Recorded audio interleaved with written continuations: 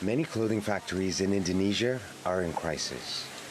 Their clients for nearly 3 decades have been international fast fashion brands like H&M, Zara, and American Eagle. 80% of garments and textiles produced here is for the U.S. market.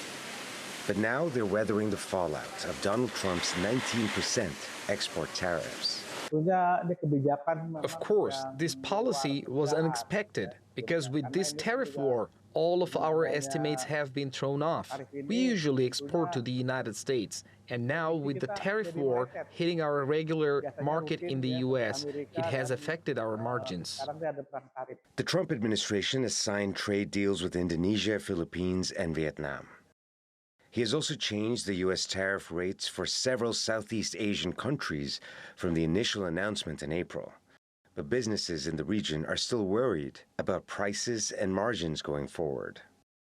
The 32 to 19% tariff drop is much better, even though there is still a high tariff there. This gives some breathing room to the manufacturers of these products, while we eye opportunities to not rely on the US market. We have to switch as soon as possible to other first world countries. For example, Europe is a potential market for us going forward after the United States. Manufacturers need to quickly diversify their export destinations for these products. For factory owners struggling with added expenses, their targets are already shifting towards non-American markets. We have been looking for other brands, especially markets that are not related to America. So we are trying to reduce our focus on America. The Middle East, for example, is a huge market opportunity.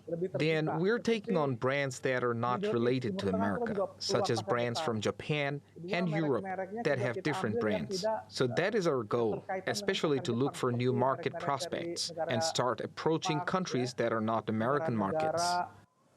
And it's all in a fair bid to secure their industry's future. Rahul Radhakrishnan, TR2 World.